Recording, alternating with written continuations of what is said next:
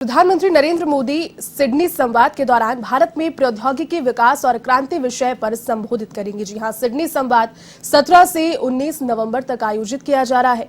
ये Australia strategy policy institute की एक पहल है। ऐसे में प्रधानमंत्री भारत में प्रौद्योगिकी विकास और क्रांति थीम पर अपने विचार साझा करेंगे। उनके संबोधन से पहले ऑस्ट्रेलिया के प्रधानमंत्री स्कॉट मॉरिसन उद्घाटन का भाषण देंगे।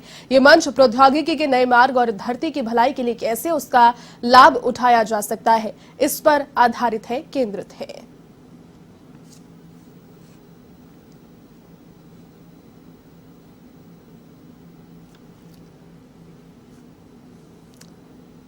तो सिडनी संवाद में प्रधानमंत्री नरेंद्र मोदी का संबोधन आज रहने वाला है। आपको बता दें कि प्रौद्योगिकी विकास और क्रांति जो है वो उनके संबोधन की थीम रहेगी। सिडनी संवाद में पीएम मोदी का संबोधन आज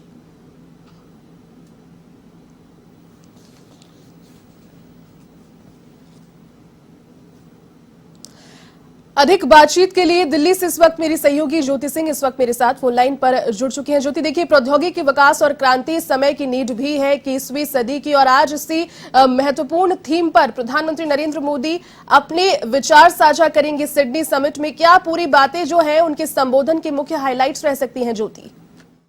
बिल्कुल जयती, देखिए, आज सिडनी संवाद में भारत के प्रौद्योगिक विकास और क्रांति विषय पर एक मुख्य संबोधन देंगे, और ये संवाद जो है वो 17 से 19 नवंबर तक आयोजित किया जा रहा है। और देखिए, ऑस्ट्रेलियाई सामरिक नीति संस्थान की एक मुख्य पहल करी जा रही है। और देखिए, पीएमओ की तरफ से एक बयान दिया गया जिसमें ये बताया गया था कि आज भारतीय समयानुसार यानी कि 9 बजे सिडनी संवाद में एक मुख्य भाषण देंगे। और जानकारी ये पीएमओ की तरफ से दी गई थी, जिसमें ऑस्ट्रेलिया के प्रधानमंत्री स्कॉट मॉरिसन उद्घाटन भाषण भी देंगे। और देखिए, जिस तरीके से अगर हम इस संबोधन की बात करें तो प्रधानमंत्री देश के प्रौद्योगिक विकास और क्रांति पर ये थीम रहेगा और अपने विचार व्यक्त करेंगे। और देखिए, उनके संबोधन से पहले जो ऑस्ट्रेलिया के प्रधानमंत्री हैं स्कॉट मॉरिसन, उनका भी एक भाषण होगा। और पीएमओ की तरफ से ये ट्वीट करके जानकारी दी गई थी। लेकिन देखिए, अगर हम मुख्य टॉपिक की बात करें कि आज किन किन विषयों पर ये जो संवाद है वो रहेगा, तो देखिए, सरकारी प्रमुख द्वारा जो व्यापक चर्चा है और एक नए विचार जो है वो किस तरीके से पेश किए जा सकते हैं, और साथ ही देखिए इंडस्ट्रियल किस तरीके से इंडस्ट्रियल एरिया में नए अवसरों को लाया जाए, नए मौकों को लाया जाए, और चैलेंजेस क्या क्या रहेंगे। क्योंकि अगर डेवलपिंग की बात करें तो किस दिशा में काम करना चाहिए, इन सभी मुद्दों को, इन सभी लोगों को एक साथ मंच पर लेकर आएगा ये संवाद। और इसके साथ ही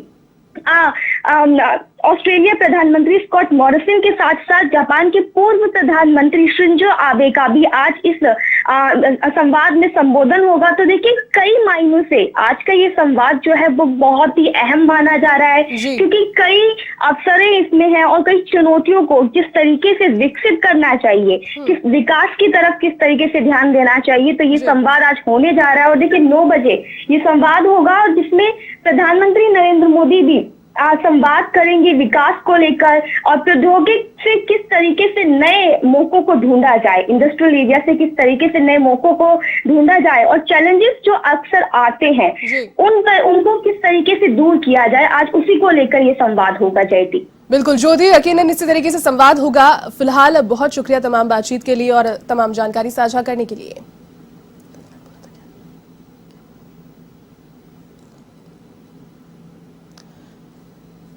तो सिडनी संवाद में प्रधानमंत्री नरेंद्र मोदी का संबोधन आज एक वैश्विक पटल पर आप सोच सकते हैं कि भारत की ओर से जब यहां पर विचार साझा किए जाएंगे, अपने विचार खुद प्रधानमंत्री नरेंद्र मोदी रखेंगे, तो कितना ज्यादा मायने वो रखता है। सिडनी संवाद में प्रधानमंत्री नरेंद्र मोदी का संबोधन प्रौद्योगिकी विकास और क्रांति वैश्विक स्तर पर किस तरीके से होनी चाहिए, वो इस कार्यक्रम की थीम और उनके संबोधन की theme.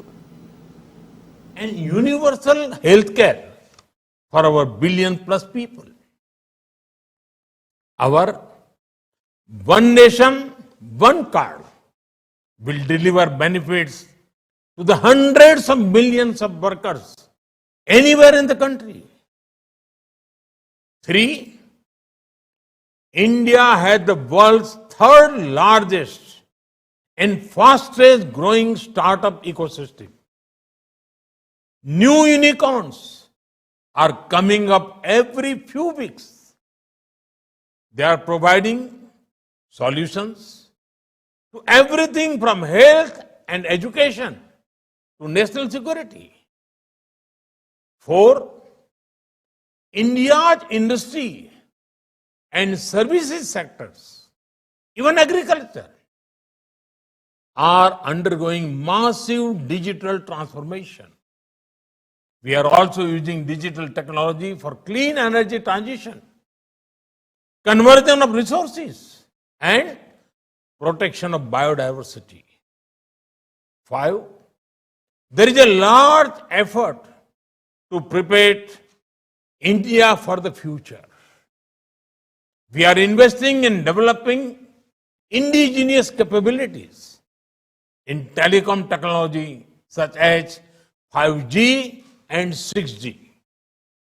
India is one of the leading nations in artificial intelligence and machine learning, especially in human-centered and ethical use of artificial intelligence. We are developing strong capabilities in cloud platforms and cloud computing. This is key to resilience and digital sovereignty.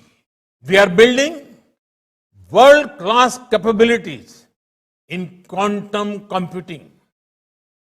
India's space program is a vital part of our economy and security. It is now open to innovation and investment for the private sector.